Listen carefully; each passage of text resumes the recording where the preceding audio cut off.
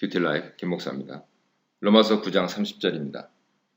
하나님 관점에서 앞서 밝힌 9장 6절에 하나님 말씀이 폐해진 것 같지 않도다 라고 하는 말씀을 두 번째 논증하고 있는데요.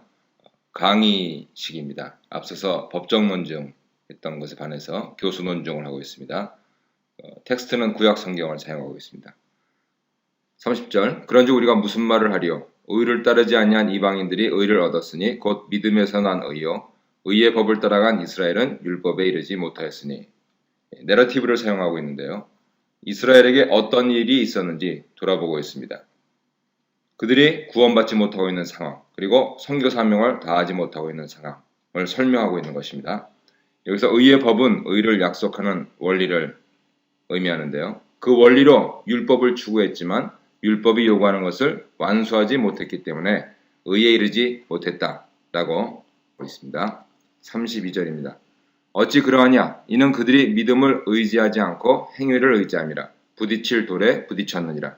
기록된 바 보라 내가 걸림돌과 거치는 바위를 시온에 두노니 그를 믿는 자는 부끄러움을 당하지 아니하리라 함과 같으니라. 그렇게 의에 이르지 못한 이유는 율법에 이르는 바른 방법을 취하지 않았기 때문입니다. 그것은 믿음을 통한 방법인데요. 이방인들은 믿음에서 난 의를 가지게 된 그러한 것을 강조하면서 다시 한번 5장 1절 이후에 믿음을 강조합니다. 처음부터 말씀드렸지만 신실함으로 보시면 이해가 쉽습니다. 하나님의 신실하심, 그리스도의 신실하심, 그리고 사람, 나의 신실함으로 해석하면 좋습니다. 믿음을 의지하지 않았다라고 하는 의미는 그래서 하나님의 신실함을 의지하지 않았다라는 뜻이 됩니다. 그 결과 그들은 신실하심의 절정이신 메시아 예수에 의해서 걸려 넘어지게 된 것이죠. 그리스도는 그들에게 부딪힐 돌이 되고 만 것입니다. 이스라엘은 반면에 행위에 의지해서 율법에 이르는 의에 다다르려고 시도를 했습니다. 이사야 8장 28장에서 걸림돌과 거치는 바위는 아버지 하나님을 하는데요. 바울은 이것을 예수 그리스도로 재해석해서 말씀하고 있는 것입니다.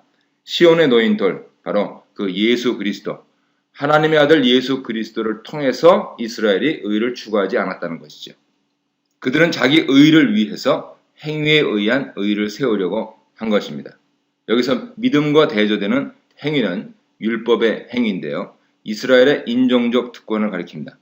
자기들이 유대인으로서 하나님의 택정함을 받은 것을 당연하게 여기고 자동적으로 하나님의 의를 가지게 되었음을 자랑하고 과시했다는 것입니다. 이스라엘은 예수 그리스도가 와서 율법의 참 의미를 가르치고 그 의미대로 살다가 죽은 것을 받아들일 수 없었던 것이죠. 하지만 하나님은 그를 부활시키심으로써 그가 가르쳤던 율법의 의미가 옳았고 그의 삶과 죽음이 율법에 부합한다 하는 것을 증명하셨던 것입니다. 이사야 53장을 보시면 됩니다. 로마서 10장 1절입니다.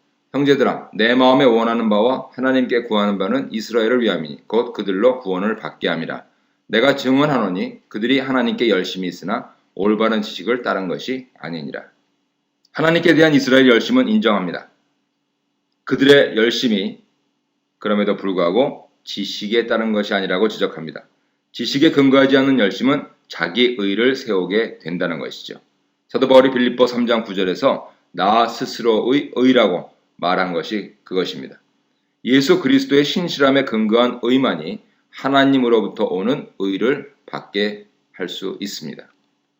끝으로 3절입니다. 하나님의 의를 모르고 자기 의를 세우려고 힘써 하나님의 의에 복종하지 아니하였느니라. 그리스도는 모든 믿는 자에게 의를 이루기 위하여 율법의 마침이 되시니라. 이제 결론에 다다랐습니다. 여기서 사용되는 언어는 달리기 경주입니다. 이방인과 유대인 모두 달리기 경주에 참가하고 있습니다.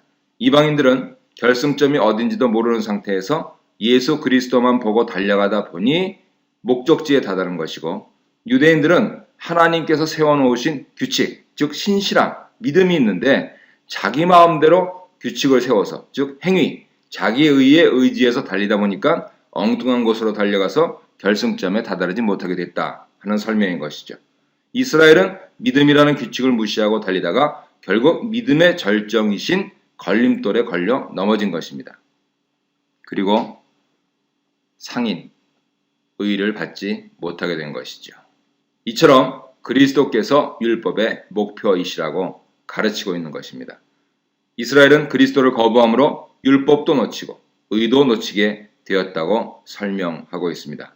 예수 그리스도를 통한 의로움은 유대인이나 이방인이나 차별이 없는 하나님의 보편적 원칙에 근거한 하나님의 방법입니다. 오늘도 이 예수 그리스도를 통한 의로움으로 택하심을 받은 것을 축하드립니다.